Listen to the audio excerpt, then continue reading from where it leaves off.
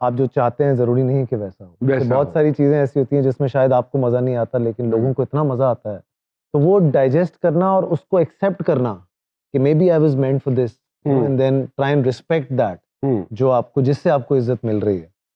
तो मैं कभी लड़ा नहीं चीजों से। बहुत अच्छी बात। जैसे मुझे लगा कि ड्रामे मैंने बहुत किए, मैं थक गया था, तो मैं मोमना दुरैत के साथ बैठा हुआ तो मुझे याद है, आई टोल्ड हर कि यार मुझे ना कोई ऐसा कुछ ऐसा हो कि बस मंथली पैसे मिले, because I don't want to act every day.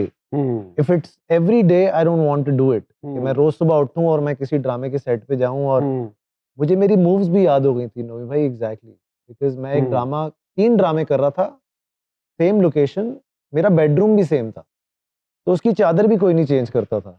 तो मॉर्निंग शो करना शुरू कर दिया, लोगों ने बड़ी लानतें दी कि जी ये क्यों कर लिया। ये तब भी आते थे मेरे पास। बिल्कुल morning show बिल्कुल। में। मुझे बनाया उसने उसने मुझे डिसिप्लिन दिया, उसने मुझे पैसे की अहमियत समझाई। वाह। If you have Very good. Money तो आप you can start saying no to people, otherwise I was not able to do so that. True, so right. तो फिर प्रोडक्शन शुरू की and then I kind of diverted myself. लेकिन legacy तो ये वालिद साहब माशाल्लाह, हाँ। और फिर वहां से मिली है, और फिर मैं अभी भी थोड़ा सा मुश्किल हो रहा है कि एक एक्टर का ये कहना कि नहीं यार अब रोज एक्टिंग नहीं होती। मुझे देखिए उसका रीजन है, मेरे अब्बा जब एक्टिंग करते थे तो उनको साल में 2 ड्रामे ऑफर होते होंगे, वो बड़ी मेहनत करते थे उन 2 ड्रामे। वो दौर भी तो एक ही चैनल होता था। एक ही चैनल होता था, but then they used to work hard for that 1 or 2 serials that they were doing, because they had to prove a point. हाँ, कि ये प्रोड्यूसर या ये डायरेक्टर अगली सेमाई का ड्रामा हमें देगा या नहीं देगा। ये एक बड़ी डिबेट हमने उनसे सुनी, अब तो ये लोगों को समझ नहीं आती होगी। हाँ, बिल्कुल। आजकल के एक्टर को तो ना स्क्रिप्ट सुनना है, ना पता करना है कि क्या उसका बैकग्राउंड है, क्या बैकड्रॉप है। कपड़े और पैसे, ये 2 चीजें हैं जो आपको आजकल चाहिए। तो मुझे लगता है वो बड़ा फर्क हो गया है। अब एक्टिंग वो एक्टिंग रही नहीं। फिर आपके सामने हर सेट पे आपको नुमान इजाज नहीं मिलेंगे, हर सेट पे आपको। मैं अभी भी एक ड्रामा में आप ही का देख रहा था, मैं एक चीज नोट कर रहा था, पीपल लाइक सानिया आपा, पीपल लाइक सबा हमीद और 2-4 और लोग हैं। इन वसीम अब्बास साहब का एक मैं सीन देख रहा था, माशाल्लाह। इनके बाद कोई एक्टर नहीं है ऐसा जो कि ये रोल्स, मैं सोचा था अल्लाह इनको बड़ी जिंदगी दे सबको, लेकिन ये कैरेक्टर्स कौन प्ले करेगा, बिकॉज हमारे पास बैकअप तो है ही नहीं। And as a producer I think that कि आए ही नहीं एक्टर, लोग बहुत हैं, एक्टर्स नहीं है जो कि सपोर्ट कैरेक्टर्स को प्ले कर। सपोर्ट नहीं होगी तो मेन कैरेक्टर कहां से कैसे बनेगा? So there is no support whatsoever. What do you think? What is the basic reason? Because everybody wants to be center of the attention all the time. It can't be.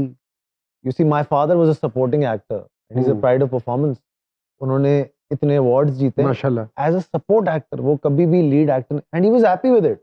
So was Abid साहब, so was Mahmood Aslam जी साहब, बिल्कुल, so was Wasim Abbas साहब। आज कोई किसी को आप बोले सेट पे आप सपोर्ट एक्टर हैं, ये तो गुनाह हो गया, आपने गलत बात कर दी। अगला ड्रामा वो करेंगे नहीं आप। So everybody wants to be a center of attraction. Everybody wants to be a hero. That's a very different kind of debate altogether. You can't be. I don't think so. मैंने ऐसे ड्रामे किए जिसमें मैं आपके सपोर्ट में था, लाहासिल मैंने किया था। मैंने ऐसे ड्रामे किए जिसमें फैसल भाई के सपोर्ट में था, झुमका जान, आप जी बिल्कुल बिल्कुल ड्रामे, ऐसे ही है।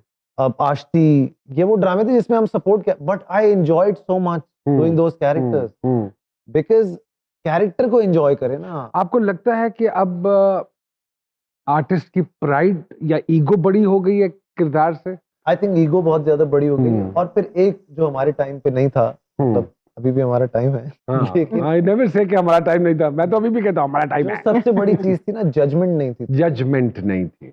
ये बहुत परेशान भी हैं। अभी एक जुमला कहते नहीं है, उस पे रिव्यू आ जाता है। आपका केड़ा रिव्यू आया था कभी किसी का? कभी भी नहीं। अच्छा था, बुरा था, इट्स ओके, डजंट मैटर। बुरा चला जाता था, अच्छा याद रह जाता था। उनको बख्शते भी नहीं। फहद मुस्तफा साहब हमारे साथ मौजूद है। एक छोटी सी ब्रेक लेते हैं जी सरकार में, और दोबारा आपकी खिदमत में हाजिर होते हैं जी।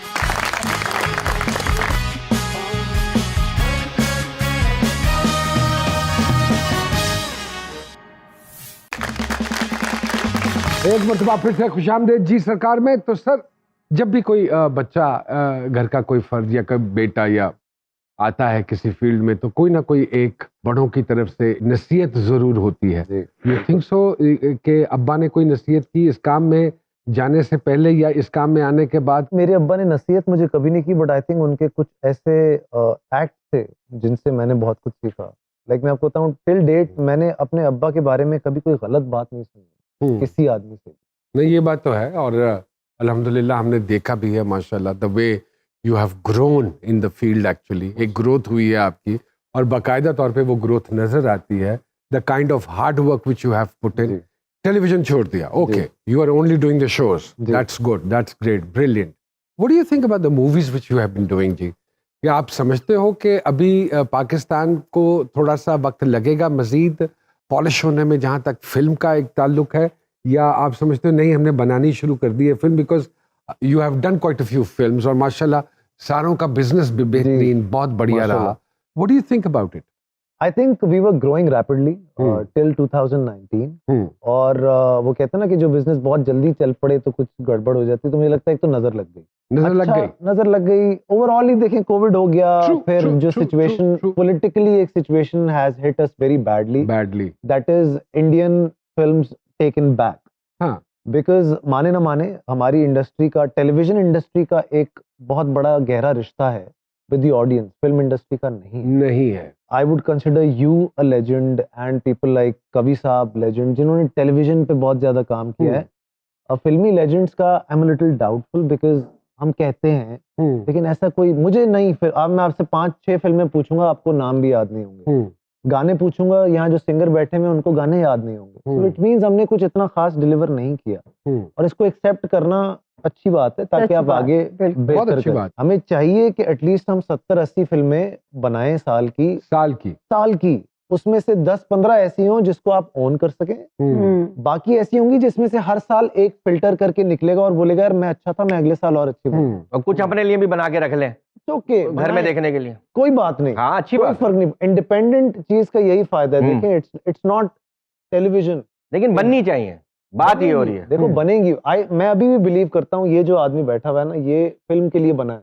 अच्छा, ये मैं इसको आज से 10 साल पहले ये नमान भाई को समझाया नहीं, मैं सच बता रहा हूँ। बात भाई, हमसे एक प्रोड्यूसर ने फिल्म लिखवाई और फिर बाद में उन्होंने कहा कोई प्रोड्यूसर लेकर आओ। कहाँ से? तुम्हारा फैन होगा, तुमसे मिलना चाहता हूँ। मुश्किल लिखते हैं बहुत ज्यादा, समझ नहीं आता। माहिनीर 2 लिख दी पहले एपिसोड की कॉमेडी अभी तक हम नहीं समझ पाए इनका।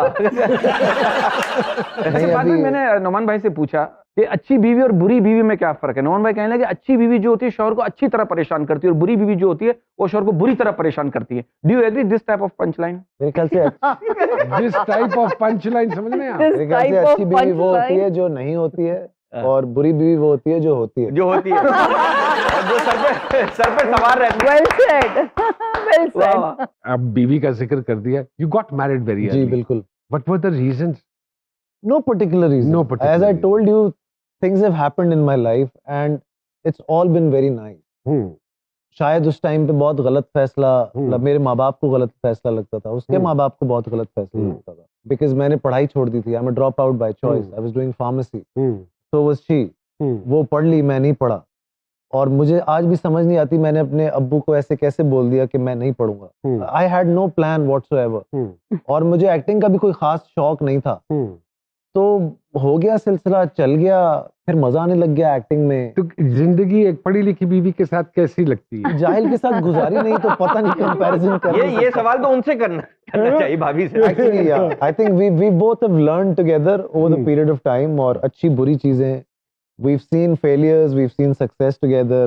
ये जो अब प्रोडक्शन माशाल्लाह कितने साल हो गए करते हुए?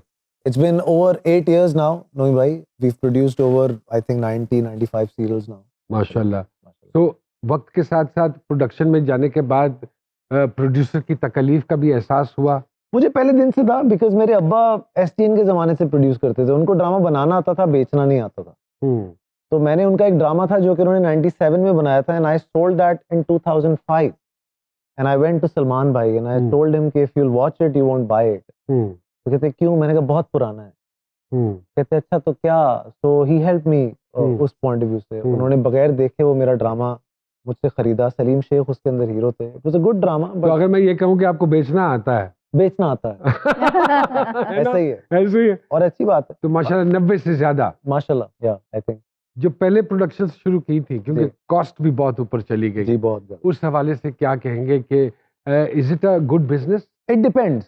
और आप पर्टिकुलरली एक ही चैनल के साथ नहीं। काम कर रहे हैं? नहीं, मैंने उर्दू वन के लिए भी किया। अच्छा, मैं किया। अभी एक्सप्रेस